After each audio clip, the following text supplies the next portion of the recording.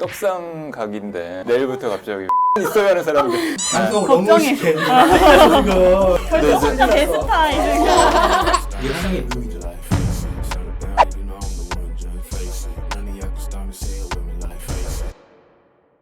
안녕하십니까. 안녕하십니까. 안녕하십니까.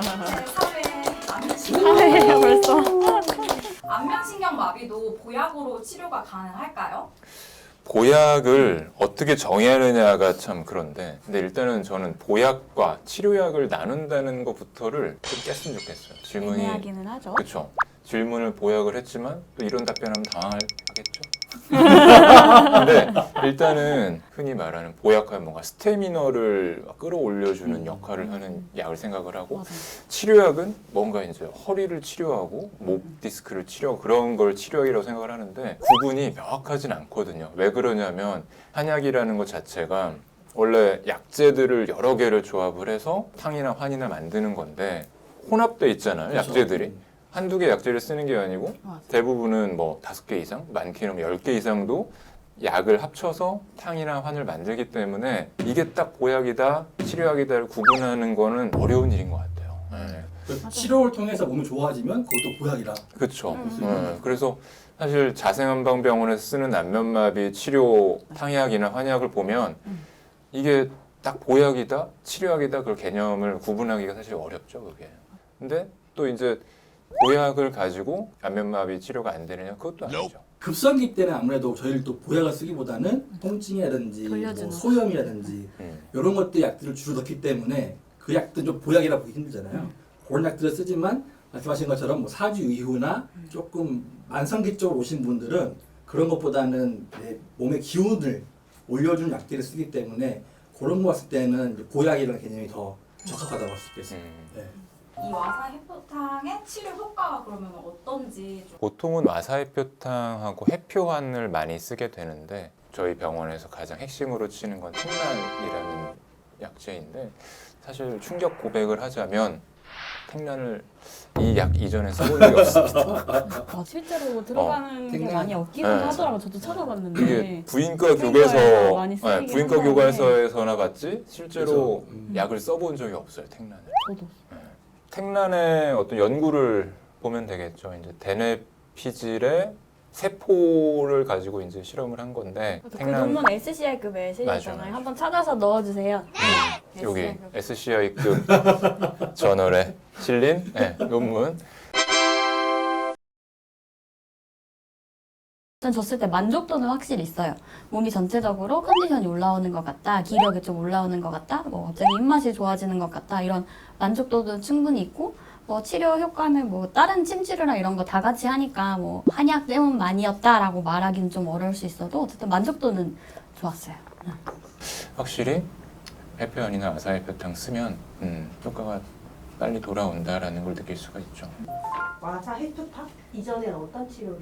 근데 저는 엄청 예전에는 공진단을 좀 많이 처방해서 사용 공진단 초기. 보통은 이제 뭐 동의보감이나 원래 알려져 있는 처방들이 몇 개 있어요. 여기서 말하는 뭐 해표도 그렇고, 또 해표가 또 특정 브랜드를 의미해서 방송을 너무 걱정해. 쉽게 지금 벌써 혼자 베스타이즈. 해표라는 의미가, 그러니까 이제 해표를 풀어준다고 해서 해표가 들어가는 거거든요. 와사해표탕, 해표안 둘 다. 근데 그 당시에는 뭐 탱란의 존재에 대해서는 그렇게 신경을 쓰진 않았었고, 이제 자생한방병원에서 안면마비 클리닉을 하면서 이 처방을 그렇죠. 많이 쓰게 된 거죠. 그렇죠. 화살표탕은 저희 병원만의 고유 처방이라고 할 수 있죠. 안면마비 외에 그럼 다른 질환에서도 이렇게 처방할 수 있는 그게 한약의 묘미죠. 할 수 있죠. 뭐 탱란 약재가 이미 뭐 뇌신경에 이런 것들을 자극을 주기 때문에 두통이나 뭐 치매 예방 뭐 이런 쪽에서도 충분히 활용할 수 있는 부분들이 있지 않을까 생각을 합니다.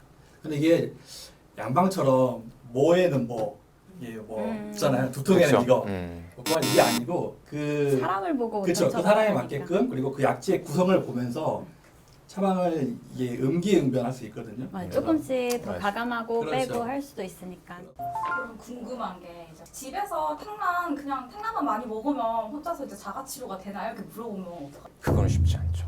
위험하기도 하고.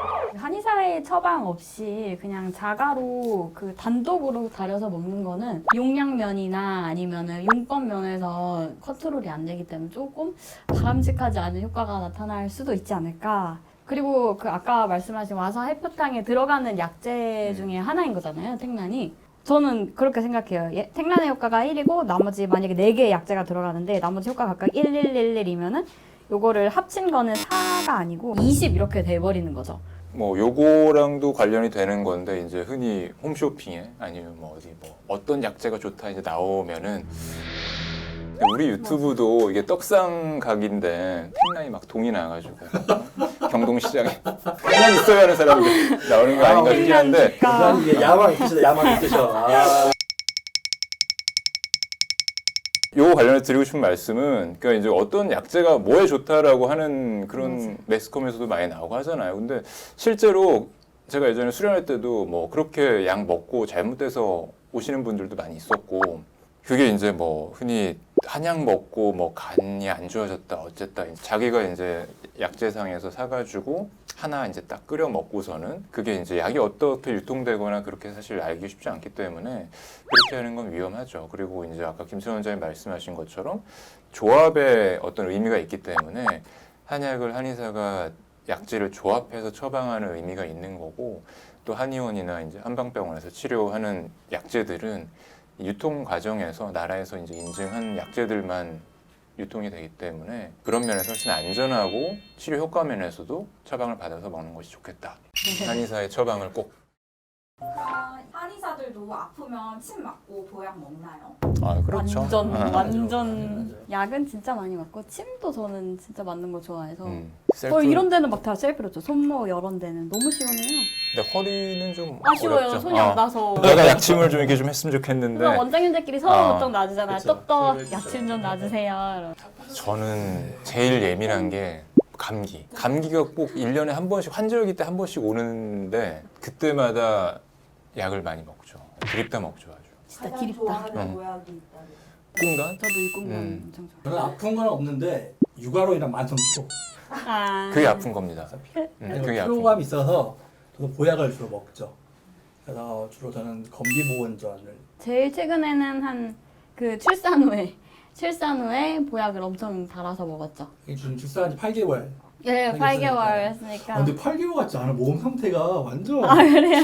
보약의 힘이 이 부러지는 것 같아. 그죠. 저 진짜. 자연분만을 했는데 딱 자연분만 하고 딱 처음에 일어나면 되게 어지러워요. 그래서 자연분만 하고 바로 신랑한테 얘기해서 싸움 보약 이래서 일어날 수가 없거든요. 빨대 꽂아서 이렇게 하고 보약. 보약도 매일 먹으면 약발이 떨어질 수가 있을지 매일 먹는 게 좋을지 아니면 이제 환절기나 몸이 아플 때만 이렇게 딱 부스터 경영으로 이렇게 먹는 게 좋을지. 이거는 다들 취향이 다를 것 같긴 해요. 제 몸 컨디션의 경우에는 매일 먹을수록 좋죠. 근데 이제 매일 먹기는 실질적으로 사실 비용도 많이 들거든요. 저희도. 금전적 해결이 된다면 매일 먹을. 그쵸. 그 조절하면서 저는 매일 먹을 것 같아요. 그 조절이라는 게 어떤 조절일까요? 뭐 그 약재의 구성일 수도 있고요, 농도일 수도 있고 뭐 컨디션이 좋으면 굳이 그 뭐 용량을 많이 먹을 필요는 없으니까. 그러니까 저도 어떤 약을 쓰는 데 있어서 목표점이 있어야 된다고 생각을 하는데 진짜 음양이 화평한 허증이 없는 음양이 화평한 사람이라면 굳이 쓸 맞아요, 필요 맞아요. 없을 것 그건 같다. 그래요. 사람마다 좀 다르죠. 어떤 사람은 부족한 부분이 뭐가 있는지에 따라 다 다른 거죠. 이만큼 보이나? 이렇게 있으면 이게 만약에 저예요. 그러면은 이만큼이 맥시멈인데 이 사람은 혈이 이만큼 부족하고 음이 이만큼 부족한 사람인 거예요. 그러면은 이제 이 사람이 이 환자분이 왔을 때 보약을 지어준다 하면 요만큼에 해당되는 보약을 지어주는 거겠죠. 그래서 진단이 되게 중요한 게 그 환자가 뭐가 어떤 부분이 부족한지를 한의사가 잘 진단을 해야 되고 그리고 이거를 보충해주는 약이 뭔지 처방을 잘 선택을 해야 되고 그때 이제 이 네 개가 다 화평한 게 음양이 화평하다라고 볼 수 있는 거죠. 관용적으로 쓰는 말이에요. 네, 맞아요. 관용적으로 쓰는 말이죠. 한의사의 처방을 꼭.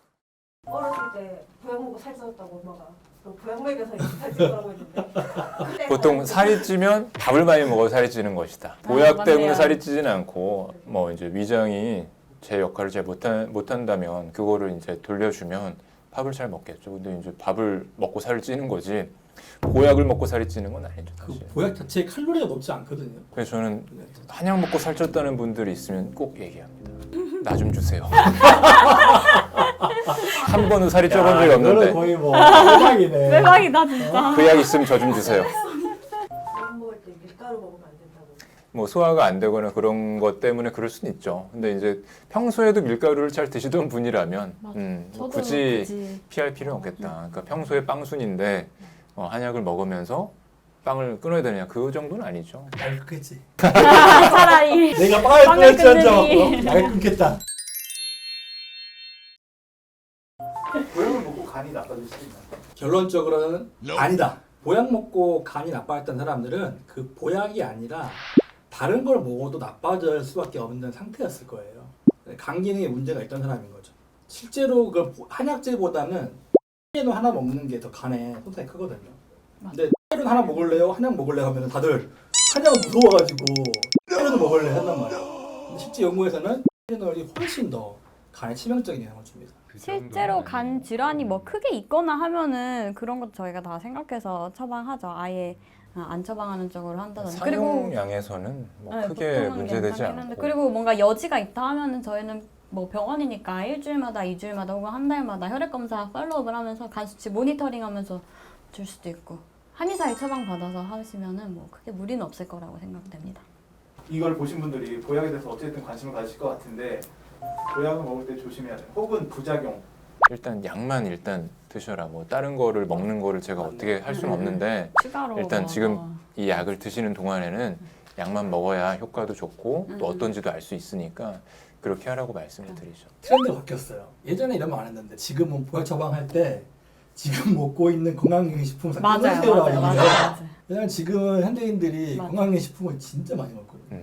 방송에서 워낙 많이 나오니까 다 한 개씩 다 갖고 있어. 맞아. 그래서 이런 것들 다 너무 많이 먹거나 이렇게 섞어 맞아. 먹으면 이게 몸이 좋아질 수가 없어. 힘들어 몸이. 그래서 약 드실 때는 다른 것 다 끊고 이렇게 드시라고 하는 게. 혹시 건기식을 하나라도 드시는 분 있으세요? 하나도 안 먹어. 하나도 없어요. 한 번도 사본 적이 없습니다. 비타민도 안 먹습니다. 대부분의 성분을 한번 보세요. 보면은 맞아요. 진짜 복잡하게 엄청 많이 들어가 있고 중간중간에 보면 이게 뭐지 하고 하는 화학 성분도 많이 들어가 있거든요. 그리고 약재 자체가 그 함량 자체가 일단 적기도 하고 그 다음에 아까 얘기했던 거 하나만 먹는 거는 좋은 게 아니다. 네, 그 어. 하나를 단일로 그쵸. 먹기에는 아까도 얘기했듯이 용법이랑 용량이 정해져 있지 않잖아요. 사실 사람마다 다른 용법, 용량으로 먹어야 되는데 일관성 있게 딱 나오니까 그래서 조금 조심해야 될 부분이 있지 않을까. 그럼 한마디로 건기식과 보약의 차이를 약과 음식의 차이다. 건기식이잖아요. 네, 건강기능 식품이고 한약은 약이고 그 차이죠. 아 만족스러운 답변이었습니다. 그러니까